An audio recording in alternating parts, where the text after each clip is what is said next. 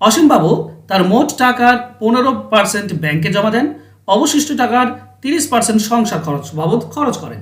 এখন তার কাছে 2380 টাকা পড়ে থাকলে মোট আয় কত? দেখো মোট আয় বেশি ছিল, এখন যেটা পড়ে রয়েছে সেটা কম। এই যে 2380 এটা কম, আগে আয়টা বেশি হবে। তো করব কিভাবে ভালো করে বোঝো। 15% যদি খরচ করে মানে 100%-এর মধ্যে, তাহলে 85% থাকে। তাহলে 85 কোনটা উপরে যাবে? 100%-এর মধ্যে 85% রয়েছে, কোনটা উপরে দেব? অবশ্যই আগের আয়টা বেশি ছিল, বেশিটা উপরে, নিচে কমটা।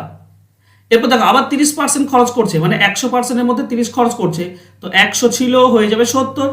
কোনটা উপরে যাবে? অবশ্যই 100টা উপরে যাবে, নিচে 70 আসবে।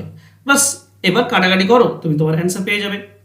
চলো, এখানে একটা শূন্য, এখানে একটা শূন্য কেটে দাও। 7 দিয়ে যদি এটা কাটি, 7 3 21, 2 28, 7 4 28, 34, 17 দিয়ে কাটলে 2, এটা 17 দিয়ে কাটলে 5, 5 দিয়ে যদি 100 কাটো তুমি 20 পাবে।